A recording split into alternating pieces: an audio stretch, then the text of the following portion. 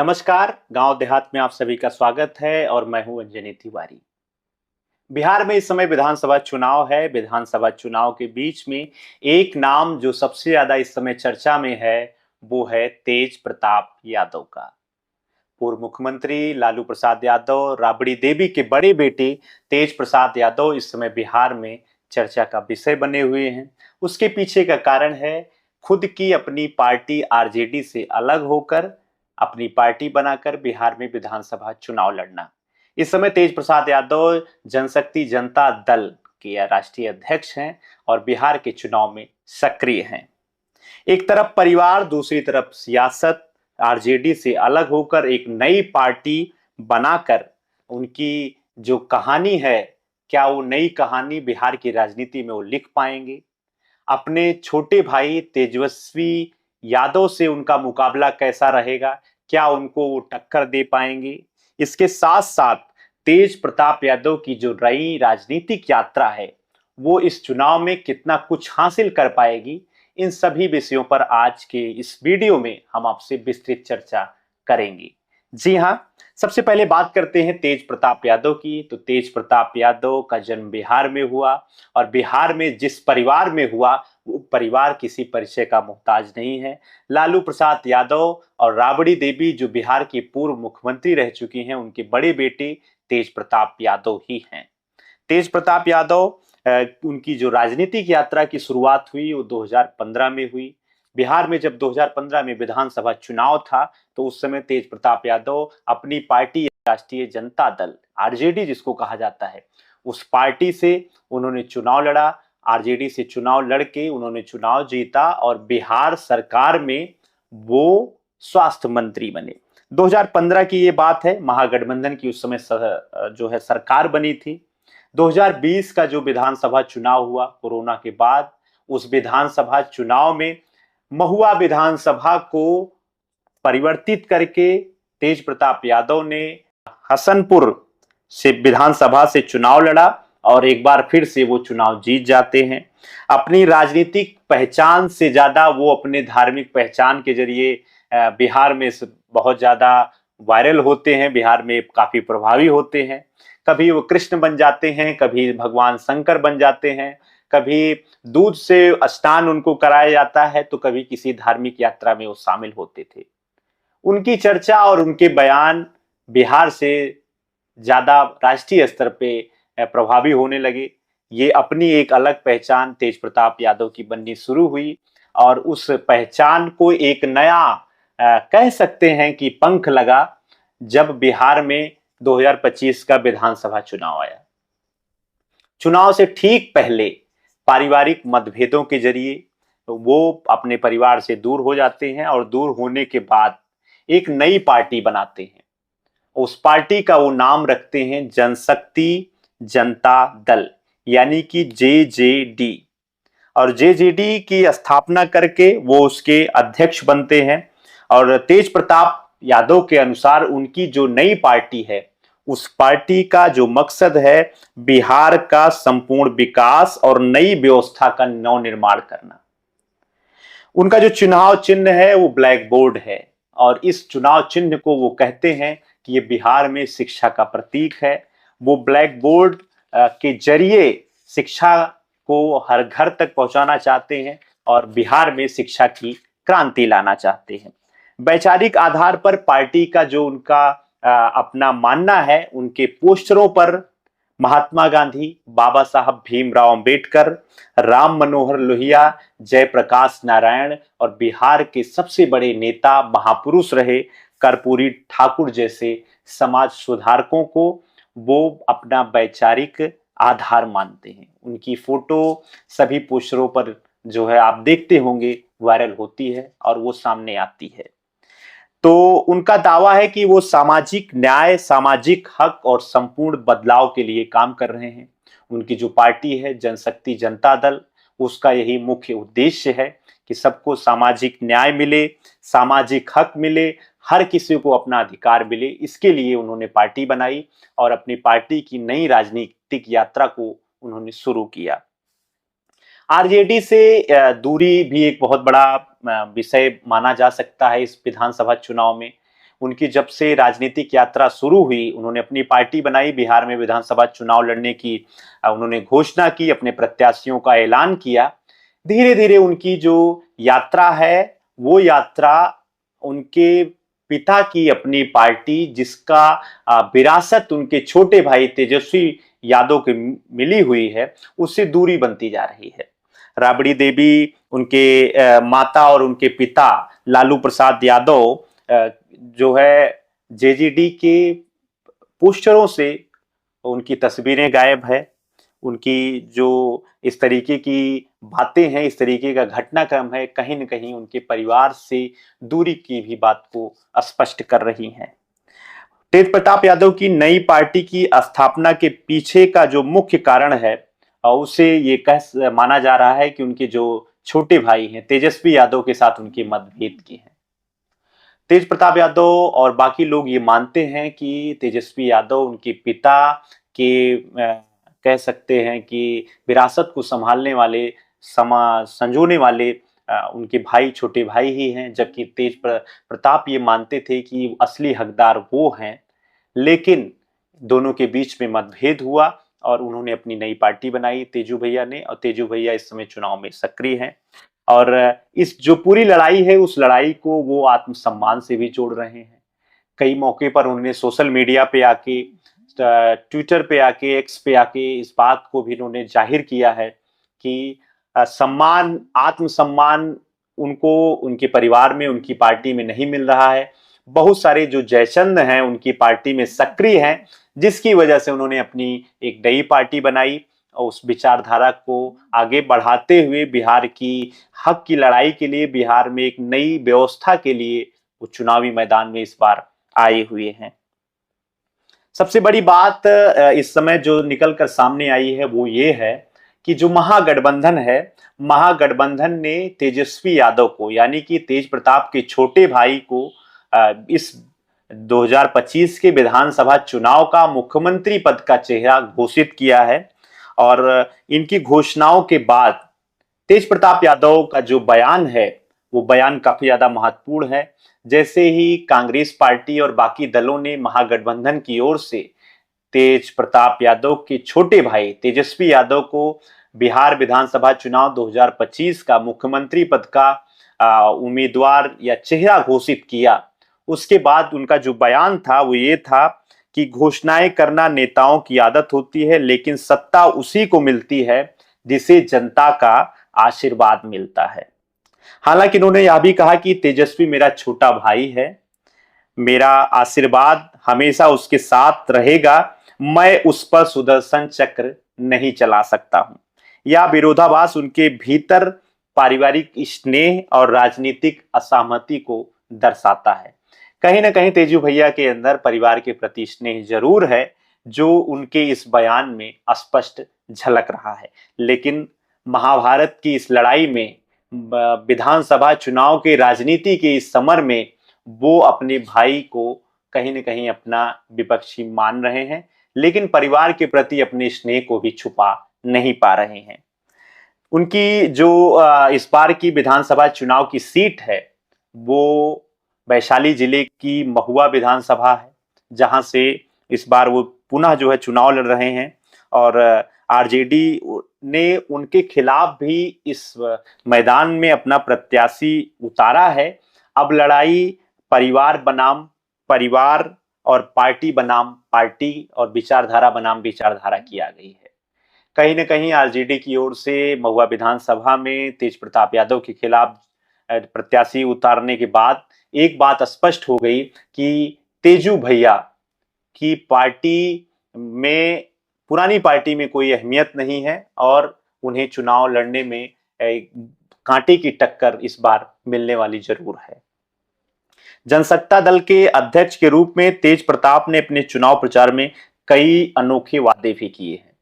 इस बार का जो विधानसभा चुनाव है, उस चुनाव में तेज प्रताप यादव ने जनता से सीधे जुड़ने के बहुत सारे ऐसे वादे किए हैं जो कहीं ना कहीं चर्चा का विषय है। सबसे पहले उन्होंने कहा कि बिहार में एक क्रिकेट स्टेडियम बनाएंगे।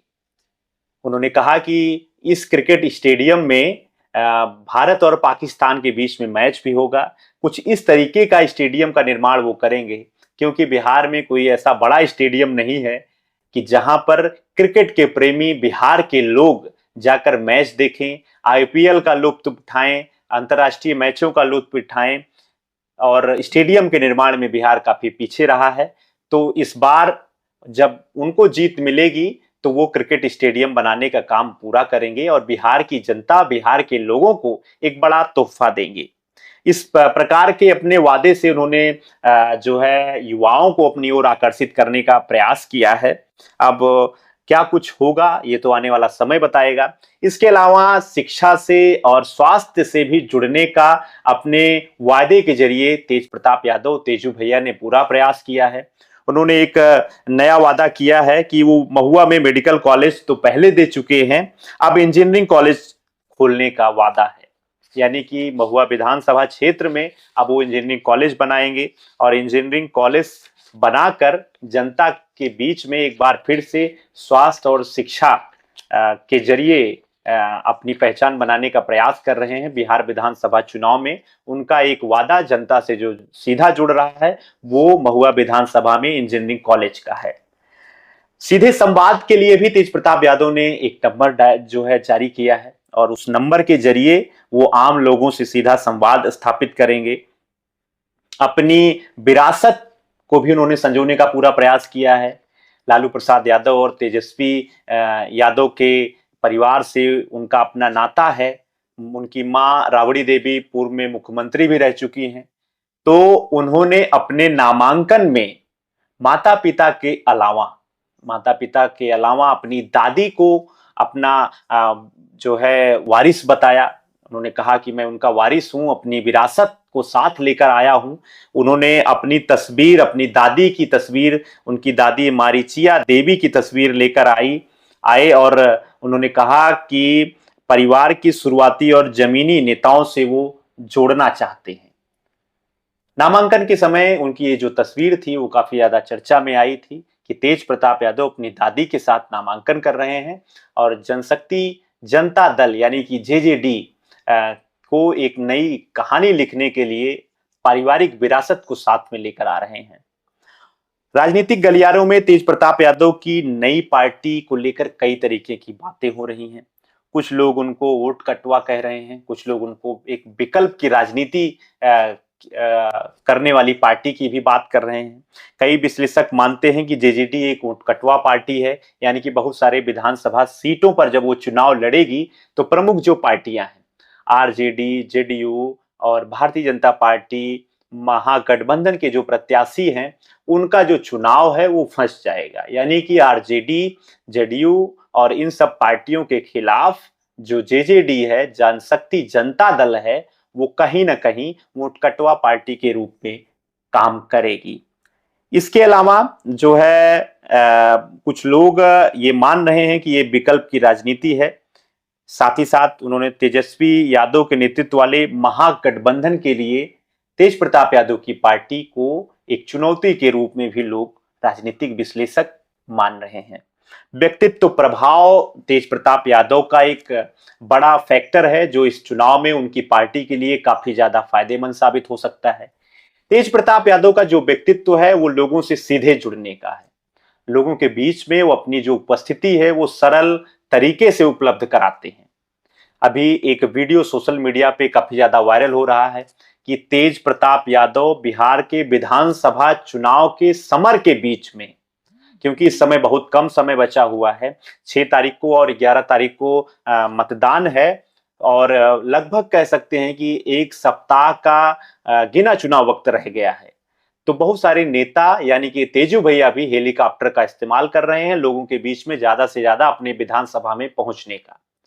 तो अपनी महुआ विधानसभा में वो जो है यात्रा कर रहे थे। नीचे से शव यात्रा एक जा रही थी, एक अंतिम यात्रा जा रही थी। जैसे ही उन्हें जानकारी हुई वो नीचे उतरे। उतरने के बाद उस शव यात्रा को, अपने विधानसभा क्षेत्र के दिवंगत आत्मा की यात्रा को उन्होंने कंधा दिया और कंधा देने के बाद उसके बाद वो आगे बढ़े। तो उनकी जनता से जुड़ने की जो एक शैली है वो बहुत सरल और सहज है। कई सारे लोग इसको सियासी स्टंट भी कह रहे हैं, लेकिन तेज प्रताप यादव अपने पहले भी सरलता के लिए लोगों के बीच में काफी ज्यादा पॉपुलर हैं।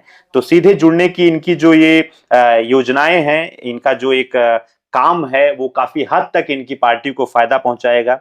और वित्तीय संसाधन इनकी पार्टी के पास नहीं है, ज्यादा नहीं है। ये सीधे जुड़ने का जो इनका तरीका है ये भी इसमें काफी मददगार होगा।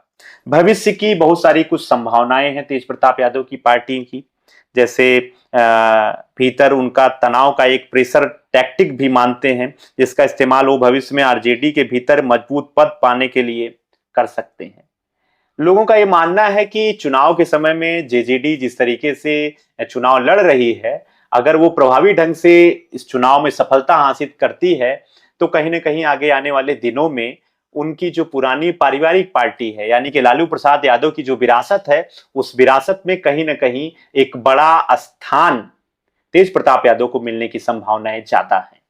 लोग ये इस तरीके का भी कयास लगा रहे हैं। पूरी लड़ाई राजनीतिक नहीं बल्कि लालू यादव की विरासत की दावेदारी की भी है।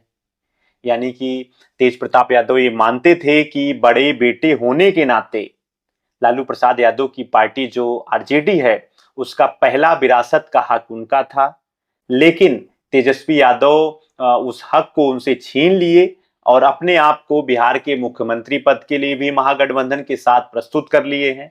तो उनके साथ यानी कि तेज प्रसाद यादव तेजू भैया के साथ कहीं ना कहीं छल हुआ है, इसलिए उन्होंने एक नई पार्टी अपनी बनाई है। तेज प्रताप यादव कितना कुछ जो है इस अपने विरोध में अपनी पार्टी को लाभ पहुंचाएंगे ये तो आने वाला समय बताएगा, लेकिन तेजस्वी यादव ने नेतृत्व को संभालते हुए एक जो है जमीनी स्तर पे काम करते हुए अपने आप को उस विरासत का सही हकदार घोषित किया है और उस निर्णय को भी इन्होंने सफल साबित करने का प्रयास किया है, जिसमें उनको पूरी कमान आरजेडी की दे दी गई। तो कहीं ना कहीं ये विरासत की एक राजनीति थी जिसमें तेज प्रताप यादव अपने घरेलू पार्टी से, अपने परिवार की पार्टी से अलग होकर अपनी एक नई पहचान बनाने के लिए जनशक्ति जनता दल का उन्होंने गठन किया था। तेज प्रताप यादव अपनी पार्टी से बाहर निकलकर भाई के दर्जे को छोड़कर एक स्वतंत्र नेता के रूप में अपनी पहचान बनाने का भी उनका एक प्रयास है, जो प्रयास कहीं ना कहीं बिहार की राजनीति में एक अलग इतिहास लिख रहा है। यह संघर्ष बिहार की उस राजनीति का है जहां परिवार का मतभेद अक्सर वोटों के समीकरण को बदल देता है। बिल्कुल सही बात बिहार के चुनाव में साबित हो सकती है कि अगर कहीं मौका मिलता है, किन्हीं सीटों पे बहुत कम अंतराल पे आरजेडी का महागठबंधन का प्रत्याशी हारता है, तो इसका पूरा श्रेय हराने का जनशक्ति जनता दल पार्टी के तेज प्रताप यादव को जा सकता है। तो बिहार की राजनीति में अक्सर ये समीकरण काफी प्रभावी रहे हैं। तो तेज प्रताप यादव के परिवार के प्रति जो लड़ाई है वो कहीं ना कहीं इस चुनाव में खुलकर सामने आई है, तो उसका दुष्परिणाम भी भोगना पड़ेगा। तेज प्रताप यादव जनसत्ता दल का एक नया राजनीतिक प्रयोग भी है।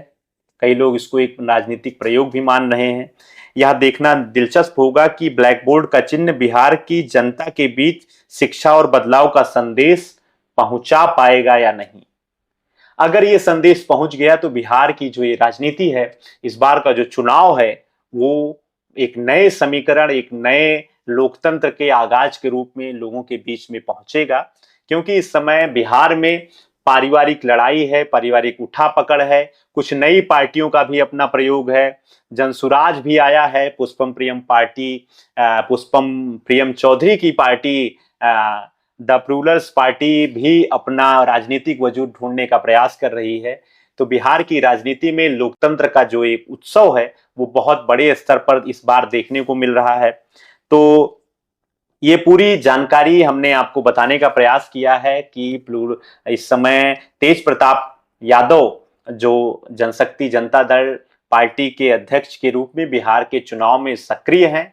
बिहार विधानसभा चुनाव में इस बार उनको भी लालू परिवार से इतर, लालू परिवार के सामने चुनाव लड़ने का मौका मिला है। अपने ही परिवार के खिलाफ जिस तरीके से उन्होंने राजनीतिक पारी शुरू की है, अब गेंद जो है वो बिहार की जनता के पाले में है। उसको तय करना है कि लालू के बड़े लाल यानी कि तेज प्रताप यादव को वो किस तरीके से देखती है, कहां तक उनको सियासी सफलता दिलाती है, ये समय बताएगा।